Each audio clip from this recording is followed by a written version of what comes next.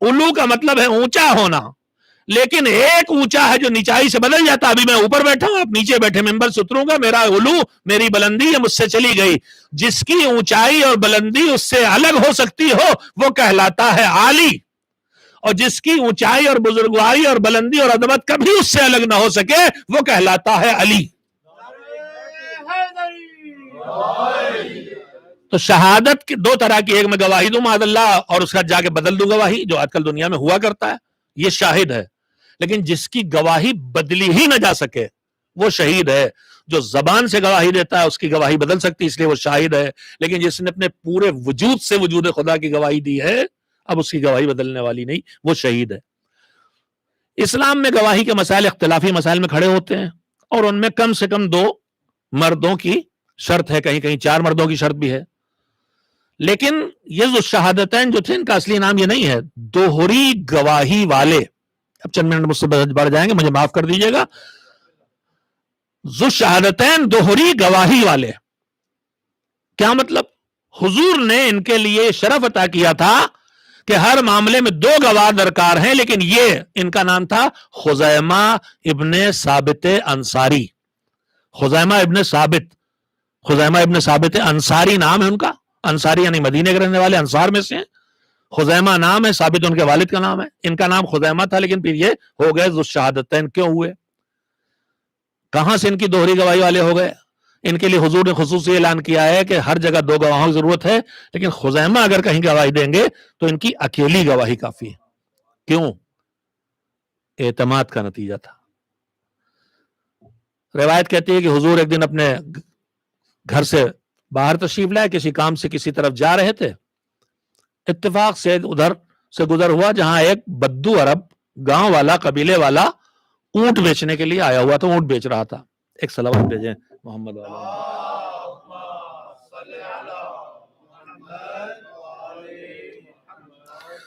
اونٹ بیچ رہا تھا. حضور کو ضرورت تھی، لینے نہیں نکلے تھے کہ ضرورت تھی. لینے نکلے ہوتے تو پیسے جیب میں لے کے نکلے ہوتے، اور کریڈٹ کارڈ کا دور تو تھا نہیں. اچھا اونٹ کی ضرورت، اچھا اونٹ خریدنے کا مطلب کیا ہوتا ہے؟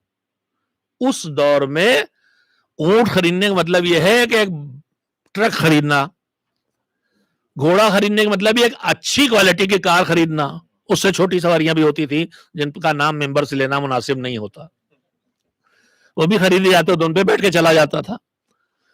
تو یہ کار اور ٹرک جیسی چیزیں لینے بھر کے پیسے تو آدمی لے کے ٹہلتا نہیں ہے. وہ اونٹ پسند آیا ہے، حضور آئے نزدیک کا، کتنے کا بیچ رہا ہے؟ اس نے کوئی قیمت بتائی، حضور نے کتنے میں دے؟ اس نے کہا ٹھیک 300 درہم، شاید مجھے یاد آتا ہے، جو بھی روایت میں ہوں، میں پوری طرح بہت زمانہ ہوا روایت پڑے ہوئے، شاید 300 درہم قیمت طے ہوئی کہ 300 میں وہ راضی ہو گیا. تو اب یہ جو معاملہ خرید و فروخت ہے اس کے 2 مرحلے ہوتے ہیں. ایک میں نے کہا فلاں چیز مجھے عنایت کیجیے گا، میں گویا کہہ رہا ہوں مجھے خرید رہا ہوں، اور آپ نے کہا یہ لیجیے، آپ نے کہا میں بیچ دیا.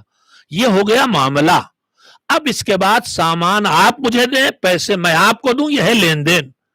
تو میں نے خریدا، آپ نے بیچا. جیسے یہ بات ہمارے صریح لفظوں میں ہو یا ہمارے عمل سے ظاہر ہو، ویسے ہی معاملہ پکا. اب لین دین، مال بعد میں دیں گے کہ ابھی دیں گے، پیسے بعد میں دیں گے کہ ابھی دیں گے، یہ سب گنجائشیں تجارت میں موجود ہیں. تو حضور نے کہا میں نے اونٹ خریدا، اس نے کہا میں نے بیچ دیا 300 کا. حضور نے کہا میں پیسے نہیں لے کے آتا ہوں. اس نے کہا ٹھیک ہے جائیے، اعتماد کا زمانہ تھا. گئے حضور، ادھر ادھر منافق کچھ کھڑے تھے. انہوں نے دیکھا کہ بہترین وقت ہے اسلام کی جڑوں کو کمزور کر دینے کا.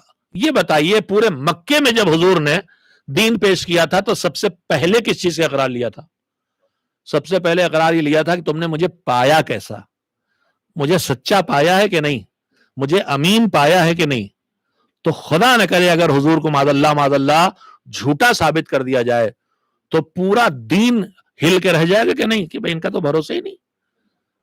منافقین نے سازش رچی، آئے اس کے پاس، وہ بیچارہ گاؤں کا آیا ہوا بدو تھا. اس نے کہا یہ جو صاحب آئے تھے کیا ہوا؟ کہنے لگے یہ اونٹ خرید لیا انہوں نے. کب کہاں گئے؟ کہا پیسے لینے گئے. کہا کتنے میں بیچا؟ اس نے مثلا کہا 300 درہم. ارے کہنے لگے تم گاؤں سے آئے ہو، لگتا ہے تمہیں معلوم نہیں، آج کل یہاں مال کی بڑی کمی ہے، اونٹ تو بہت مہنگا ہے، تم نے بڑا سستا بیچ دیا. تو اس نے کہا کہ اب تو بیچ دیا. تو بیچ دیا. کہا نہیں تم معاملہ ختم کر دو تو ہم اس سے مہنگا خرید لیں گے. اس نے کہا اس سے ختم کریں، ہم معاملہ طے کر چکے. کہا ہم اس کی ترکیب بتاتے ہیں. اب یہ ظاہر گرو جی ہیں, انہوں نے کہا ہم ترکیب بتاتے ہیں. کہا وہ جو صاحب خرید کے گئے ہیں وہ جب پیسے لے کے آئے دینے لگے تو تم کہنا یہ تو طے نہیں ہوا تھا. کچھ جو دے رہے ہوں گے تم کہنا یہ نہیں طے ہوا, تم بڑھا کے بتا دینا. جب وہ اصرار کرے گا نہیں یہی طے ہوا تھا تو ان سے کہنا کہ کوئی گواہ لائیے, کوئی گواہ لائیے کہ جو قیمت آپ دے رہے ہیں یہی طے ہوئی تھی. اگر گواہ مل جائے گا تو ہم آپ کی بات کو مان لیں گے. اور دیکھو گواہ تو انہیں کوئی ملے گا نہیں, اس لیے ہم تو گواہی دیں گے نہیں, اور یہاں کوئی اور تھا ہی نہیں کہ انہیں گواہ ملے, تو وہ ہار جائیں گے. پھر ہم تم سے تمہارا اونٹ اس سے زیادہ قیمت پہ خرید لیں گے. اس کی سمجھ میں آ گیا. حضور گئے پیسے لے کے آئے, پیسے لے جیسے دینے لگے اس نے کہا یہ کیا دے رہے ہیں. ان کا جو طے ہوا تھا حضور نے کہا جو کہہ ہوا تو وہ دے رہے ہیں. آپ واقعہ جانتے ہیں, نتیجہ نکالنا چاہتا ہوں, صرف دے رہے ہیں جو طے ہوا تو وہی دے رہے ہیں. کہا یہ تو نہیں طے ہوا تھا. حضور نے کہا نہیں حضور یہ تو نہیں طے ہوا تھا. کہا یہی تو طے ہوا تھا. اب بحث شروع ہوئی. آخر اس نے کہا کہ آپ گواہ لائیے, آپ گواہ لائیے تو میں مان جاؤں گا کہ کیا طے ہوا. ابھی بات یہیں پہ پہنچی تھی اور وہ حضور سے گواہ مانگ رہا تھا کہ ایک مرتبہ ادھر سے خزیمہ ابن ثابت گزرے جو ابھی ذو الشہادتین نہیں ہوئے ہیں, ابھی ان کو سند نہیں ملی ہے دوہری گواہی. وہ ادھر سے گزرے, انہوں نے دیکھا حضور کسی سے کچھ بات کر رہے ہیں, دوڑ کے آئے. حضور کیا بات ہے؟ حضور نے قصہ سنایا کہ میں نے اس سے اونٹ خریدا, اتنے میں لیا تھا, اب یہ پیسے دے رہا ہوں. تو یہ کہنے لگا کہ نہیں اتنی قیمت نہیں طے ہوئی تھی, اتنی قیمت طے ہوئی تھی, اور جو آپ دے رہے ہیں یہی لے لوں گا اگر کوئی گواہ لے آؤ. خزیمہ نے کہا میں گواہی دیتا ہوں کہ جتنے پیسے حضور دے رہے ہیں یہی قیمت طے ہوئی تھی. گواہی مل گئی, اونٹ حضور نے لیا, چلے. اب روایت کہتی ہے کہ امام حضور نے پوچھا کہ خزیمہ جب قیمت طے ہو رہی تھی اس میں نے اتنا وقت آپ کا اسی ایک جگہ کے لیے لیا, اس جواب کے لیے, ہماری زندگی میں یہ جواب جگہ بن جائے. کہا خزیمہ جب قیمت طے ہو رہی تھی اس وقت تو تم یہاں تھے نہیں, تمہیں کیسے پتا کہ جو قیمت میں دے رہا تھا یہی طے ہوئی.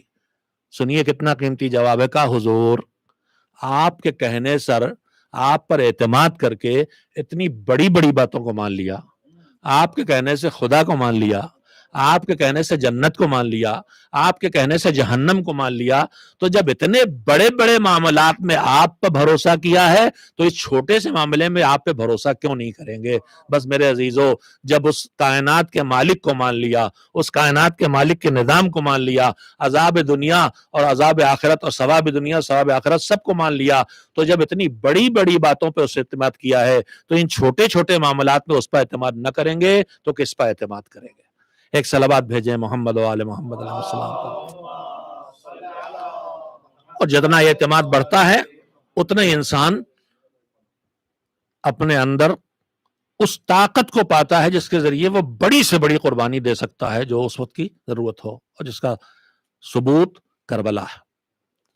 کربلا میں انسان اس دنیا میں آتا ہے, ایک جان لے کے آتا ہے, جان کے بعد زندگی آگے بڑھتی ہے تو پھر دھیرے دھیرے روزگار پہ لاتا ہے, روزی کماتا ہے, پھر آگے بڑھتا ہے تو سوسائٹی اور معاشرے میں ایک جگہ بناتا ہے, ایک عزت نصیب ہوتی ہے, شادی ہوتی ہے, بچے ہوتے ہیں.